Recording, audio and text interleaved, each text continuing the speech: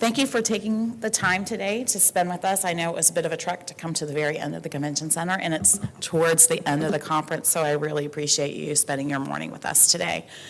My name is, there we go, Rachel Frick. I'm the Executive Director of the Research Library Partnership, and I'm going to be serving as your MC for the research update today.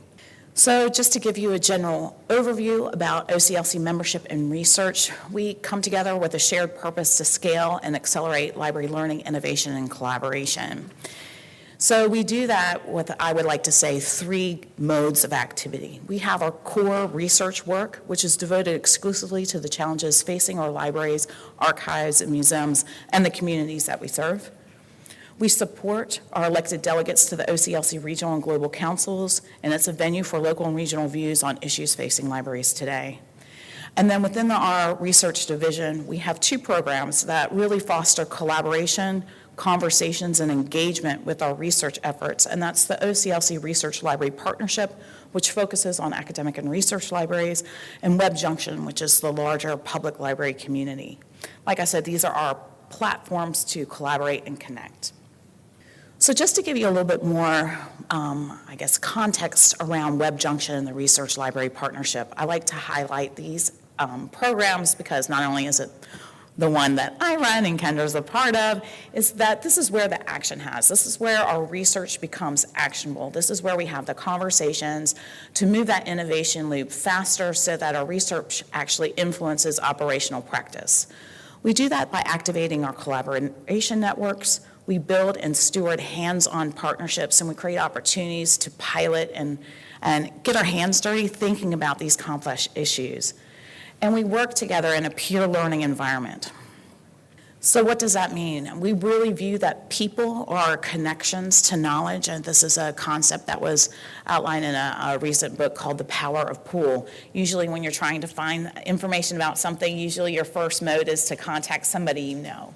So we try to pool that idea about our networks, and we create these opportunities to do that peer-to-peer learning to connect across our network. And I know for the Research Library Partnership, we're a network of over 130 libraries around the globe. So that's a nice expanse and range of experiences that we can pull from. We do this, and these conversations help us think about how we're going and where we're going and what information that we need to know and what skills we need to build on.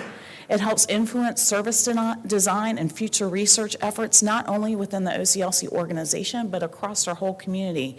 We take the time to partner with allied organizations and other community groups, not just within the library community, but I would say allied partners in industry, to really shape our future.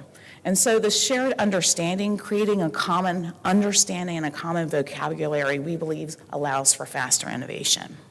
So how do we learn together? We do have in-person convenings, the more traditional way that I think everybody's familiar with. But what we've done in the past couple years is really move those in-person convenings because we know FaceTime is expensive and is a luxury these days. So those meetings tend to be more action-oriented and focused on getting people together to have conversations as opposed to what we're doing today, which is the sage on the stage broadcasting. We do a lot of discussion and virtual working groups. We do our traditional, surveys and then focus groups to help us dig into issues facing us.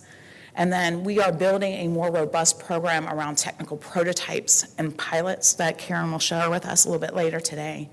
And then, of course, we have our webinars, which range from sharing stories across the network about excellence that our partners are doing to what I've been calling office hours, where we spin up conversations about issues of the day. I mean, one of our most recent ones that was very robustly attended was around accessibility and digital exhibits. So with that, I spent a lot of time talking about the collaborative effort, the community engagement. My colleagues, Karen Smith-Yoshimura and Kendra Morgan, are going to talk about 2 important projects that you've probably heard a lot about while you were here at ALA Midwinter. One of them is about OCLC's linked data activity, and the other one is the public library response to the opioid crisis. But what these presentations are going to be a little bit different. They're going to be focused on the collaborative efforts, the community efforts, and how we see ourselves working at a scale that really moves all of us forward. So with that, I'm going to hand it over to Karen. So collaborating with OCLC members on linked data. This is a continuing story, and I'm going to pick it up with the CONTENTdm project, an experiment that focused on techniques for discovery and navigation across descriptions of different entities, people, organizations, places, events, concepts, and creative works.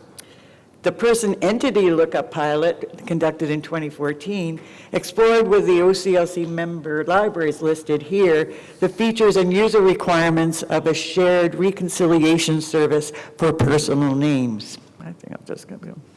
The CONTENTdm metadata refinery experiment tested workflows for analyzing, cleaning, reconciling, and transforming metadata from CONTENTdm collections in a shared web-based application. The results of the cleanup, analysis, and reconciliation could be transformed in the metadata refinery to RDF linked data so OCLC staff could explore how that data could be used to enhance discovery.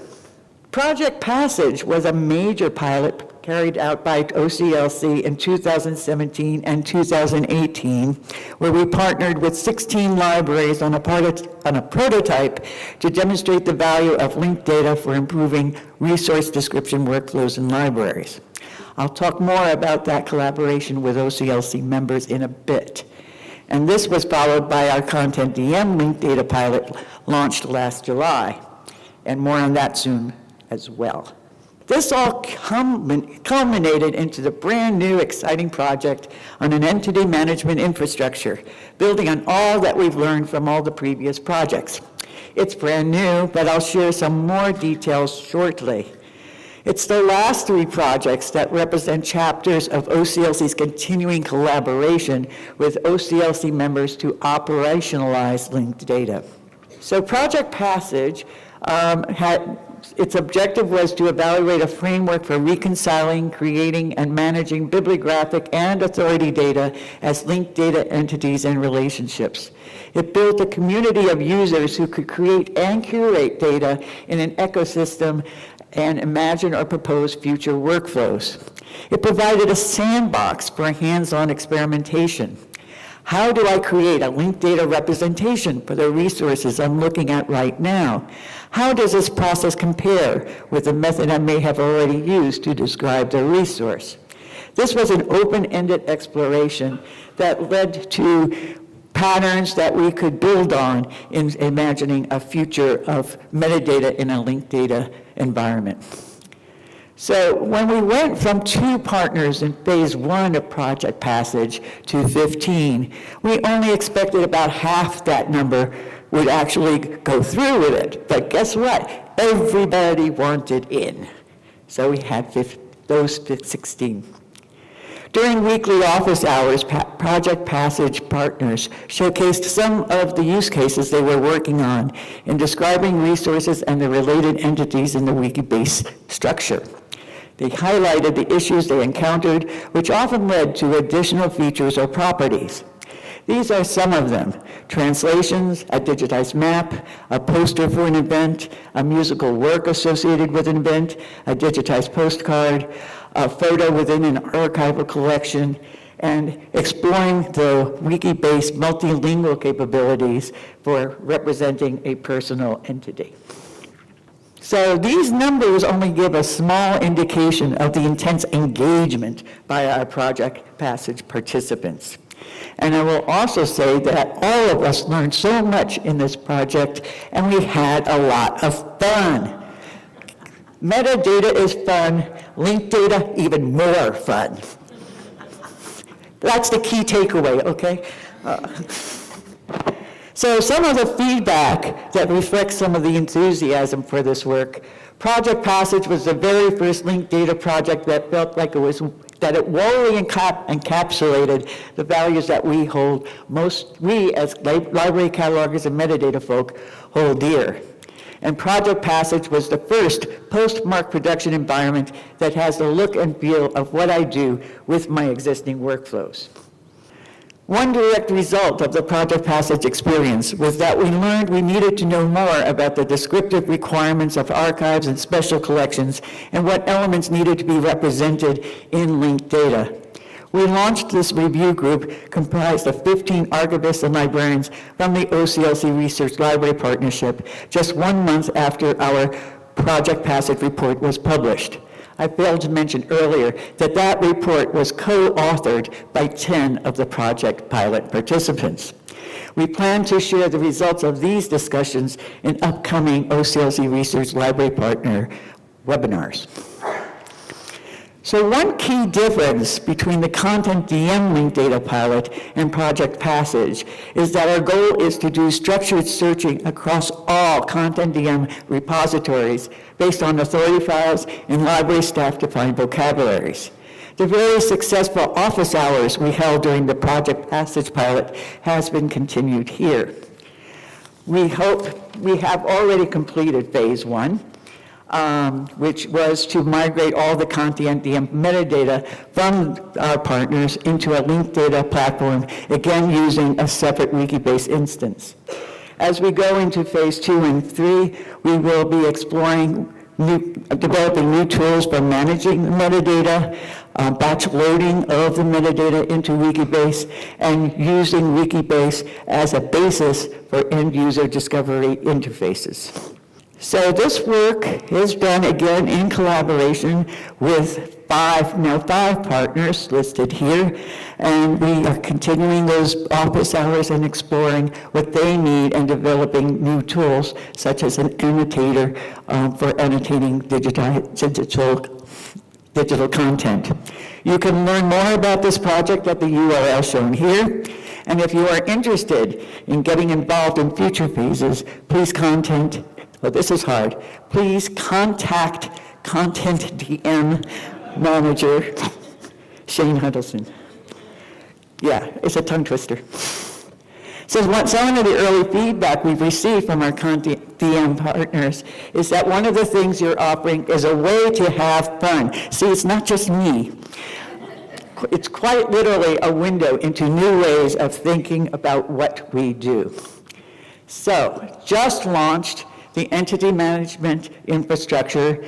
We did receive funding from the Andrew Mellon Foundation, $2.43 million grant that's being matched by OCLC to publish authoritative, accessible entity descriptions for persons and work, and to be jointly curated by both the community and OCLC.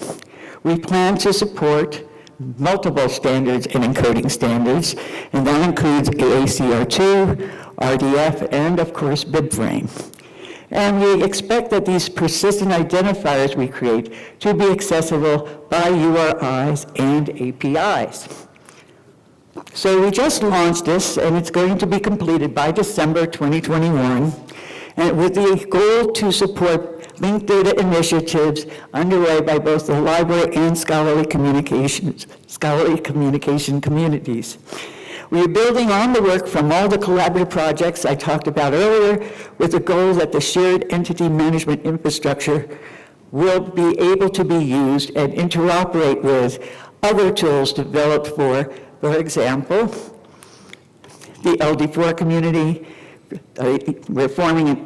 We're now forming an advisory group to help inform our development plans and others. For example, the Program for Cooperative Cataloging and Big Heads, the directors of large research libraries, but also with international colleagues as well.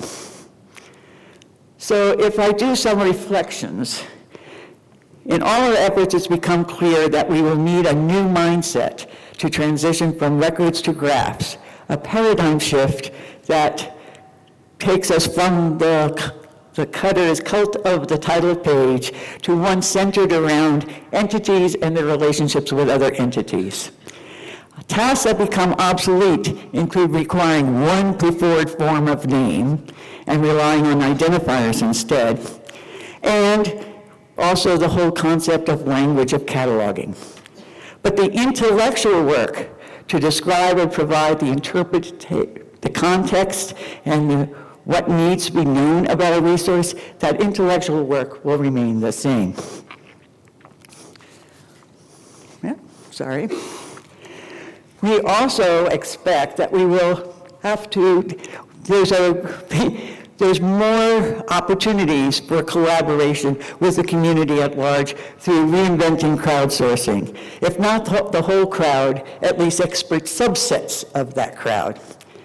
But that will put increasing pressure on our also describing and sharing the provenance of each of those statements for both where it comes from and its trustworthiness. So that is our way of trying to balance the quality of the metadata that we all pride ourselves in doing now with the wild Wikipedia context of where anybody can say anything about anything. And that will require us to create new tools for managing that quality. So beyond the scope of these projects, we also devote time to learn from others, together with creating new knowledge and amplifying what we've learned. Among OCLC relationships with the Program for Cooperative Cataloging are OCLC staff involved in multiple task groups, some of which are listed here. These task groups also inform OCLC about our own development, our own future developments and current developments. Several of my colleagues participate in the linked data for production affinity groups. One is on the LD4 Conference Program Committee, and several of us participated in last year's conference in Boston. These events help us both to learn from others, as well as amplify what we've learned in our own activities. And most recently, OCLC hosted a Wikidata working hour right here at ALA Midwinter last Friday for those interested in getting hands-on Wikidata experience. I reported on the 2018 responses to the International Linked Data Survey for implementers that we saw a surge in libraries using Wikidata as a linked data source, from a rank of number 15 in 2015 to number 5 in 2018. We've included Wikidata as one of the sources in our Virtual International Authority file, shown here with the Wikidata logo. But we have a long, wide range of relationships and activities with the Wikimedia Foundation, which are described on our OCLC Research webpage at the URL shown here. One of those activities was holding an introduction to Wikidata for librarians held in 2018. And if you go to that URL, the recording and the slides are still available at that URL. So, some takeaways. First, set an end date for any kind of project. I'll say that again. Send an end date. Start and end, period. But you demand participation for however long that project's to last. Expect some resistance, especially for things that are really new. Communicate frequently, and document everything. And accept the outcome. Not every idea is a winner, so fail fast and move on. And you should be disappointed if you wind up with something that looks exactly like you expected to build from the start. If it does, you haven't learned much. And the plan for production should look different from your prototype. And if it does, look back at what your original vision statement was, your lean canvas, and see if they still hold true. But in all, the key takeaway really is collaboration. Community input will determine the path forward, as it has in our projects that I've described earlier. Much can be accomplished through partnership, and actually together we can make breakthroughs happen.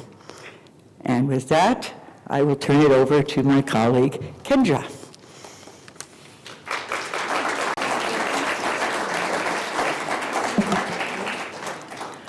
So just real quickly with a show of hands, how many of you have had a conversation in the workplace about the impact of the opioid crisis, either on your campus, in your public library, in your community? A handful? Okay, good. I'm going to have the opportunity today to talk a little bit about a program that I've been working on for the past 15 months called Public Libraries Respond to the Opioid Crisis with Their Communities. This project was started as a result of a September 2017 online town hall that was hosted by OCLC and our colleagues at the Public Library Association. And what we did was to bring together frontline library staff, partner organizations, government entities to talk about what was happening in public libraries around the opioid crisis. And what we heard from that presentation were that people wanted more information. Library staff wanted to know how they could help. They wanted to know what resources were available to them. And we both, OCLC and PLA, saw a true opportunity to bring our strengths and dig into some research that would help inform decisions. So we put together a proposal for the Institute of Museum and Library Services, and that research project was funded, and we are now 16 months through an 18-month project. And when it comes to collaboration, this really was a great opportunity for us to work with our colleagues at PLA and leverage the strength of both of our organizations and our reach into the library field. Because public libraries are buildings open to all, including those who may be in crisis and looking for safe space, library staff are finding themselves on the front lines of this crisis. Library responses to this issue have included providing information on prevention, treatment and recovery support, and training staff on the facts, as well as how to help use naloxone in the event of an emergency. These are all photos from libraries that participated in the project research. I was very fortunate to get to go out and talk to the staff in many of these libraries, and I can tell you that their work was truly inspiring. I got to interview individuals who have been moved by the trouble that they are seeing in their community members and their communities, and they are looking for ways that they can respond. As we look at the bigger picture of how libraries are supporting community health challenges in general, this quote is from a report on the Healthy Library Initiative, which is a partnership between the University of Pennsylvania and the Free Library of Philadelphia. And the library here offers an amazing range of health-related programming to their community. And the report notes that there are two particular strengths that make library responses to any type of health issue really valuable, and that is the importance of accessibility and trustworthiness. Our doors are open and people trust us, and that is a tremendously powerful opportunity that we can take advantage of. This highlights the 8 locations that participated in the case study research, and these communities ranged in size from 16,000 in population all the way up to 800,000 in Salt Lake County, Utah, and they represent a range of different responses. A really key part of this research for us was that we highlight that there is no one response, that each library, each community has to decide how to pursue the right response for their local needs. There is a cluster of responses participants because that area of the country has been hit particularly hard, and we were able to work with these different libraries. A key part of the work, and we've talked about this importance of collaboration, every library that participated in this research was doing their response in collaboration, in partnership with a local community partner. That was a really key part of this research because these community partners are bringing some amazing assets to their local library in terms of staffing, in terms of resources, and really helping to strengthen the response. I mentioned that one of the key things that was important for the research was the inclusion of a partner. We did interviews with library staff, with their partner staff, with a library board member, and up to 3 members of the community who had participated in the library's services. So that was a really important aspect for us, is that we also got to talk to the patrons who are benefiting from the services. So there were 4 key aspects to the research. I just touched on the case studies. A second piece of the work were cross-sector discussions. Again, in that spirit of collaboration, we wanted to go outside of the library field to better understand what resources already existed. This is a really challenging topic with some really difficult issues to face, and there are many experts in the field and people in the community who are working through so many aspects of this response that we're encouraging libraries to look to those partners as potential allies in helping to surface responses and information for individuals. We also have a call to action white paper that's coming out next month, just in advance of the Public Library Association conference in Nashville, and then ongoing dissemination to the field. So we've done several webinars already. They're all archived and available through webjunction.org, and you can find materials in the back of the room highlighting how to access those resources, as well as other resources highlighting the OCLC research work. We'll have another webinar in March, and it really is a great opportunity to learn more specifically from the libraries that have participated in this research and some of the findings. We've really talked about the importance of collaboration and how organizations are coming together to meet needs. And a key thing for us was to have a steering committee for this project that was comprised of voices that were not just from the library field, but from outside as well. So we had the National Association of Counties represented, the Association of State and Territorial Health Officials, members of public libraries, both directors and frontline staff. And the importance here was that we could both learn from each other, because we want to encourage people from outside of the library field to really look at libraries as powerful partners. We wanted to make sure we include their voices and that they helped us shape not just the interview protocol for this project, but the case studies and the resulting research and how we presented that and how we talked to people outside of the library field. So there were 8 real buckets of findings when it came to the types of programs and services that libraries offer.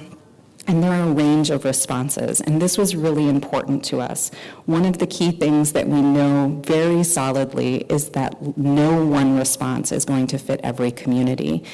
Whether there's a staffing concern, a budget restraint, attitudes and bias within the community that may make a response challenging, we wanted to make sure that we were highlighting a range that could meet the needs of many different communities. By far the most common response that we heard from, both as we were looking for participants in the research and talking to libraries, was providing some kind of training around naloxone. So naloxone is an opioid overdose reversal drug. You may have heard it referred to as Narcan, which is a brand name. If you are a public library, you can get 2 doses of Narcan for your library for free. We have links to that on our site. Those trainings are something that are happening both for staff and for the public. As part of our research, we focused on the public implementation of these training programs, but they are happening both behind the scenes for staff and for the patrons as well. There are also some really high-touch programs like offering peer navigators. At the Kalamazoo Public Library in Michigan, they have partnered with the Southwest Michigan Recovery Institute, and they have peer navigators coming to the library, and these peer navigators come with lived experience of their own. Sometimes this could be with substance use disorder in their past, sometimes with experiencing homelessness, and they're able to help connect individuals in the library with local community resources, which takes some of the challenge that library staff have reported feeling and giving that as an option for peer navigators to address. What was fantastic about what happened in Kalamazoo is they knew they had the capacity to support about 3 hours a week. That's all they could start with, and that's where they started. And then they were able to show support and interest and gain the funding to grow that program to now be able to offer 40 hours a week. But they saw the need and they did something. There's also a great program at the Blount County Public Library in Tennessee, and they are partnering with the local recovery court to offer life skills trainings to individuals who are going through the recovery court process. So these are individuals who have received a sentence and some jail time for a drug offense in the community. The library is providing skills on technology, on employment, on healthy eating, and the participants come to the library every week to receive this training. And that partnership grew out of a lunch or a coffee between the director and a member of the recovery court staff, where the library director asked, "How can we help you?" And it all spun out of a simple coffee. And it is one of the most powerful partnerships I've heard from. The individuals who are participating in that program have so much appreciation for what the library staff are doing. This is an example of an opioid overdose rescue kit at the Peoria Public Library. In it, they have 2 doses of Narcan, instructions on what to do next, because that's a critical part of administering naloxone, is immediately calling EMS for additional support. And the staff has received training on this, but people have approached this in different ways. So the New Orleans Public Library is doing a fantastic job in partnership with their health department around offering bystander response training. And that combines a training that includes CPR, Stop the Bleed, which is for traumatic injuries, and administering naloxone. And what I really like about that program is that it takes a lot of the stigma away from carrying and using naloxone in the event of an emergency. It also provides people the opportunity to learn more about the realities of addictions in our communities and drug dependency. This was a quote that one of the community members that I interviewed in New Orleans said during our research. And they said that the program benefits them because they feel more prepared to help someone. And I think anytime you feel more prepared and trained, you're much more likely to help. And this goes to the core of what I would consider lifelong learning in the library, that we're empowering people to do more in their lives. And if that includes helping someone by providing them access to information and skills, that feels remarkably powerful. This is a campaign at the Salt Lake County Library System in Utah, and it's a statewide campaign called Use Only as Directed that was funded through the health department. And this is a wraparound on the checkout desk of the public library, and it's information that lets individuals know that opioids can cause physical dependency in as few as 7 days, and that they can talk to their doctors about alternatives. They are making this part of their conversation in the community. They also have this really impactful display when you walk into the library. There's a large vestibule, and hanging from the ceiling are 7,000 paper pill bottles that represent the 7,000 prescriptions for opioids that are filled in Utah every day. Every day. It is a real challenge in their community, and they are trying to reduce the prescribing rate, and they are trying to reduce the overdose rate. So of course, when we do research, we're always interested in the outputs that are reported in our communities. The number one thing that both the library staff and the members of the partnerships mentioned was that there were more community resources available. Things like naloxone, additional books on topics that might be of interest to people who are trying to learn more about opioids. There's a positive impact on patrons' lives. One of the things that we heard pretty frequently was measuring some of the change is really difficult because of the unique privacy aspect.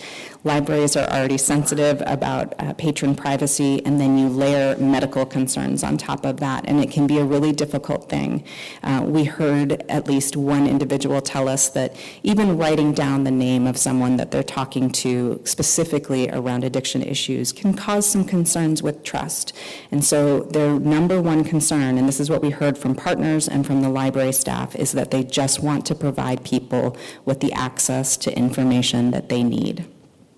So a third bucket of the project work were cross-sector discussions, and I will say going into this work, it was a little daunting to me to speak to people outside the library field as much as this was going to require us to.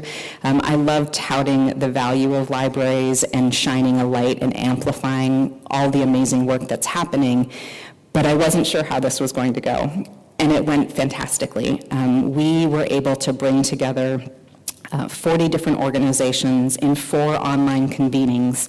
And the whole point of those convenings was to make sure that those people knew that this work was happening in libraries, that libraries might be partners that their organizations could work with, and we wanted to listen to what they had available. So as we had the chance to have these discussions and people were sharing their resources, we've pulled those together and been able to create repositories of information, access to websites, 1-800 numbers that provide support that were shared by these individuals. A great resource that some of you may be available or aware of is from the National Council of Behavioral Health, which provides access to mental health first aid training, which includes a component on opioids, but it's also about how to address mental health within your community, either as a professional in any type of workplace or as a private citizen. And we were able to learn more about that program and about libraries that had been implementing that. The State Library of Ohio provided training across the state through IMLS subgrants last year, and state individual libraries could apply for and provide mental health first aid training. But we also learned about a lot of alignment. So the National Recreation and Park Association has a lot in common with public libraries. We have a lot of the same discussions about the needs in our community and how we're trying to meet those needs. So that was a fantastic way to really see about making intentional connections. Our next major output comes out next month, and that's our call to action report. And we are going to look at 5 major aspects of the research, and those are exploring your community data, considering community assets and connecting with partners, increasing awareness and knowledge of the issue among staff in the community, a focus on library staff care. It's really important to acknowledge that library staff can feel the stress and the pressure from having to respond to these issues in their community. People are filled with a lot of compassion. The individuals that they are working with are sometimes addressing some very challenging issues in their life. I did not anticipate being as impacted by this work as I was, but I truly sat through some of these interviews and cried with these individuals about the work that they were doing and about how the library was doing everything that they could to respond to what they saw as a strong need in their community. And we want to make sure that we take the time to acknowledge that there are ways to help support staff and to be clear in our communications and the resources that we provide, that there are needs there. And then the last bucket is around offering community engagement and programming options. One of the community member partner staff shared with me that they hope that this study that we've done is just another piece of proof that this is something that we need to do. Our communities are hurting. People are finding this very challenging. And there is much that we can do in response, and every community needs to look at it a little bit differently, and we hope that the research and the outputs that OCLC and PLA have put together can help people to navigate that change. Thank you.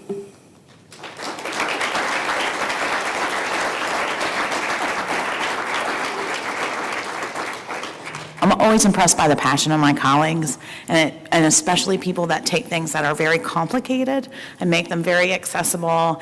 And I don't know about you, I can always feel Karen's excitement about metadata, and then my second thought is, I'm so glad it's you.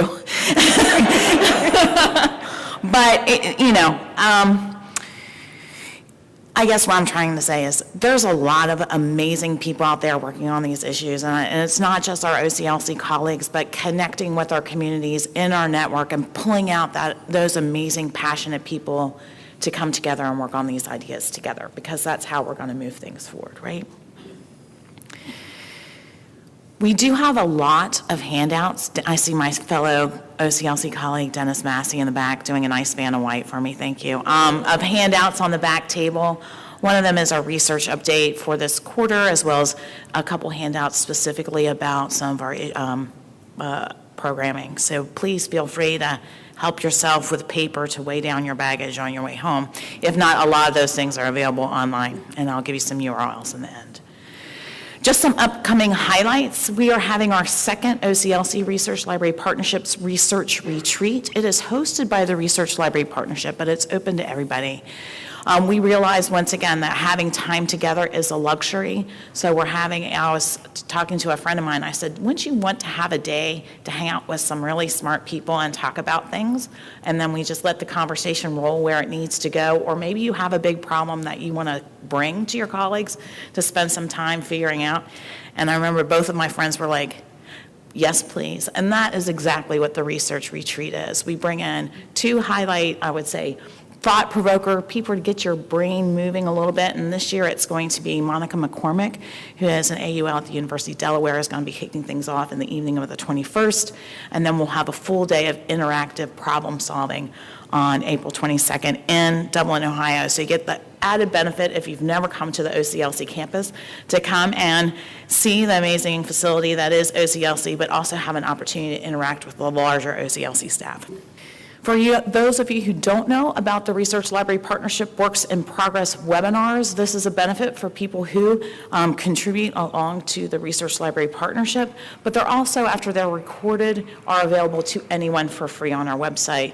3 that are upcoming are listed here. I'm not going to read them out to you, but you can see that we're having lots of conversation around research information management and research data management, thinking about privacy and sensitive materials, but also around discovery and how students use our resources, which is the last one about how students identify resources in face of container collapse, which is a phrase that our colleague Dr.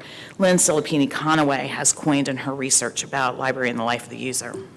This is a program I wanted to highlight. It's gotten a lot of good buzz, and we're really excited about it. And I think, in my mind, even though Web Junction partners with our public library community, there's a lot of lessons here that I think cross our library community. So there's definitely takeaways for us in the academic and research library world.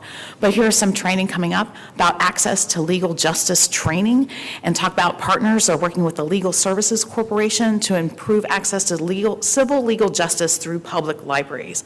So this is a free national training for public library staff, but maybe you could lurk if you're not a public library staff person, to help strengthen that access and understand the barriers and work through that. And I think February 11th is an introductory webinar, and it is a free 5-week course. So there's the URL, really simple, oc.lc/legal-justice. We like user studies, and we do a lot of user study research, and this one is about how students judge online scientific news information. I think very important in the day. So you can see this article in the Issues in Science and Technology Librarianship that came out in 2019. And this is our most recent position paper on data science, machine learning, and artificial intelligence in libraries. This was published at the end of December when everybody was probably feeling overwhelmed by the end of the year. So if you didn't catch it, don't worry about it. This was created by our practitioner, researcher in residence, Thomas Padilla, who spent, I guess, about 18 months with us at OCLC, helping us really explore these issues, and then also help advise OCLC about how we can provide more space and help build community around our own data science practice. So if you haven't had a chance to read this paper, it is very enlightening, thinking about what I appreciated about Thomas's perspective is that instead of really going into the technology itself, he's really looking at the ethical issues in this area. So kind of a humanistic approach to this very interesting and emerging area in libraries. You might have heard about our collective collection case study around BTAA. This has really influenced their future direction on how they share print resources. It was authored by Lorcan Dempsey, Constance Malpas, and Mark Sandler. It's available at this URL. And coming soon, we had a really great survey sponsored by the OCLC Global Council a year and a half ago, and it's about open content, and those survey results are actually going to be published on March 9th. And I'm going to leave you with this. Yes, we do meet a lot virtually, but a number of us are actually going to be in the physical plane on these specific conferences, from the Ontario Library Association Super Conference, which is happening towards the end of this week, Palooza for our friends that might be participating online from Europe. That's actually going to be in Lisbon. I can't believe it's the 5th one. Lodlam. Linked open data for libraries, archives, and museums, that's going to be taking place at the Getty, right, in California. The IDCC, Council, I'm not going to read these all to you, but this is where we're going to be. And as Kendra said, I think the PLA Association Conference in Nashville is going where if you want to hear more and more details about our report around libraries' response to the opioid crisis. All right, with that, thank you again. Enjoy the rest of your conference.